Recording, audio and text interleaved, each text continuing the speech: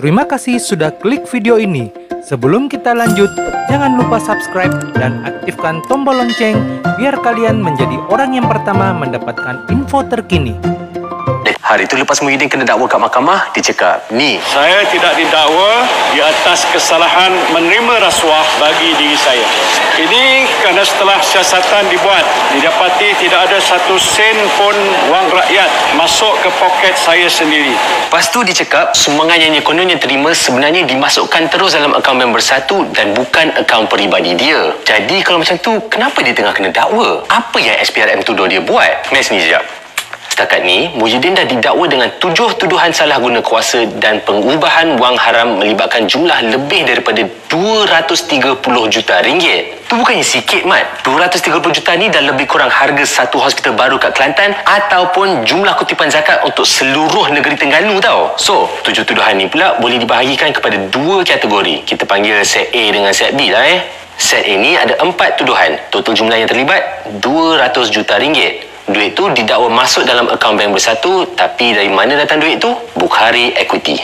Untuk korang tahu, Bukhari Equity ni satu syarikat pelaburan milik jutawan Tan Sri Syed Mokhtar Al-Bukhari. Okey, tapi tu set A. Set B pula ada 3 tuduhan yang melibatkan 32.5 juta ringgit berkaitan dengan program Jana Wibawa. Okey, so kita tengok kes set A dulu. According to cerita yang Muhyiddin post kat Facebook, lepas dia jadi Perdana Menteri, Syed Mokhtar datang kat dia untuk minta balik pengecualian cukai untuk Yayasan Al-Bukhari. Kononnya pengecualian cukai ni dibatalkan masa Lim Guan Eng jadi Menteri Kewangan. Muhyiddin kata Syed Mokhtar ni best friend dia. Dah 30 tahun dia pada kenal. Jadi Muhyiddin pun hantarlah satu nota kat Kementerian Kewangan dengan LHDN. Katanya dia tulis, "Sila teliti rayuan ini. Sekiranya teratur, saya tiada bantahan."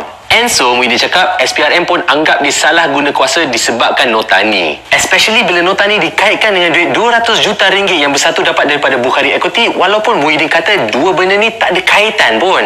Muhyiddin tanya, apa salahnya Syed Mokhtar bagi sumbangan kat bersatu? Lagi-lagi sebab sebelum ni, dia memang biasa bagi sumbangan kewangan kepada parti-parti kerajaan. Tapi, kat Parlimen pula, Anwar dah balas kenyataan Muhyiddin. Dia cakap, Lim Guan Eng tak pernah tarik balik pengecualian cukai itu daripada Yayasan Al-Bukhari, dan sekarang ni, Lim Guan Eng sendiri dah hantar surat saman kat Muhyiddin pasal kenyataan dia ni. Jadi kat situ timbullah persoalan. Kalau Guan Eng tak pernah batal benda tu, kenapa Muhyiddin cakap Syed Mokhtar datang merayu kat dia pasal status cukai Yayasan Al-Bukhari? Haish, pening betul kita ni.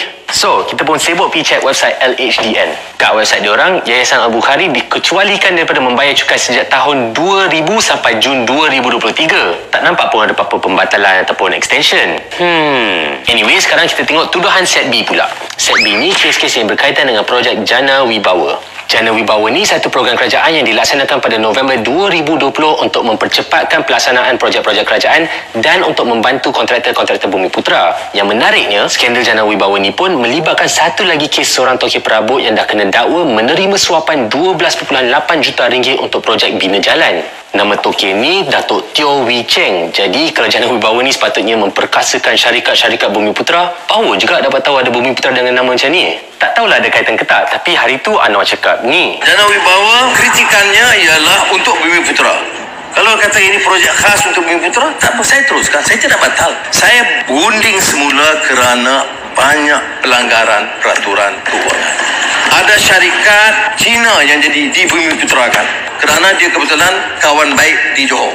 Now, set B ni ada 3 tuduhan. First, dakwaan yang Muhyiddin salah guna kuasa untuk dapatkan 1 juta ringgit daripada syarikat Nepturis Sendirian Berhad untuk parti dia bersatu. Kedua, dakwaan salah guna kuasa untuk dapatkan 19.5 juta ringgit daripada satu lagi syarikat Mamfor Sendirian Berhad.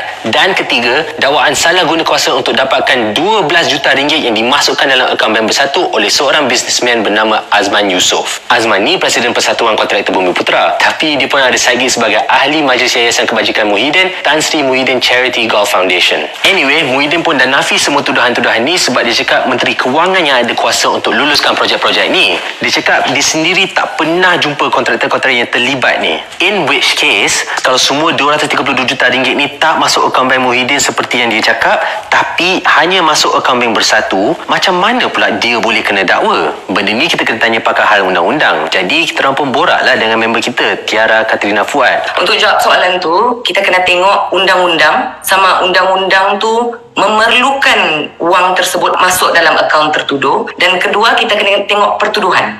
Jadi dalam kes Tan Sri Muhyiddin Yassin, kita kena tengok Seksyen 23 Akta SPRM, dan undang-undang tu jelas membenarkan mana-mana orang untuk dituduh kerana menerima suapan, sama ada bagi diri dia sendiri, bagi saudara dia atau bagi sekutu dia. Jadi undang-undang tu sendiri menyatakan tidak perlu tertuduh menerima duit tu untuk diri dia sendiri. Suapan tu boleh diterima oleh saudara dia atau sekutu dia.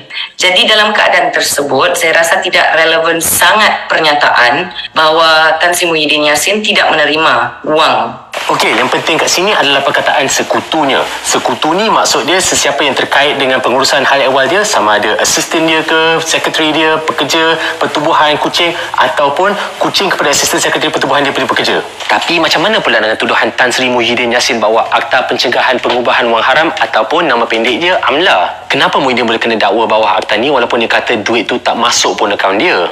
So AMLA Seksyen 4 menjenayahkan pengubahan wang haram. Dia memperbutirkan cara-cara bagaimana seseorang boleh dikatakan mengubah wang haram. Dan Seksyen 87 AMLA pula menyatakan bahawa jika sesuatu perbadanan atau persatuan orang melakukan kesalahan di bawah akta tersebut, mana-mana orang yang terlibat dengan hal ehwal pertubuhan atau persatuan itu akan dianggap sebagai dia sendiri bersalah untuk kesalahan tersebut. Dan kalau kita tengok pertuduhan-pertuduhan yang dikemukakan terhadap Tan Sri Muhyiddin Yassin, ia tidak menyatakan bahawa dia terima duit tersebut sendiri. Dia jelas menyatakan bahawa suapan itu adalah untuk sekutu beliau.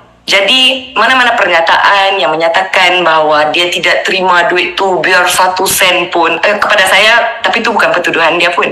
Apa pun, kes ni hanya akan dibicarakan kat mahkamah pada bulan Mei nanti. So, sementara kita tunggu, cuba kongsi pendapat korang. Patutkah kita hukum seseorang sebab sekutunya dapat duit? Patutkah undang-undang halang seseorang daripada menderma kepada parti-parti politik? Dan macam mana korang bezakan antara rasuah dengan sumbang? Terima kasih kerana sudah menonton video ini hingga ke akhir. Jika video ini bermanfaat, jangan lupa like dan share video ini. Terima kasih. Jumpa lagi di video yang akan datang. Bye-bye.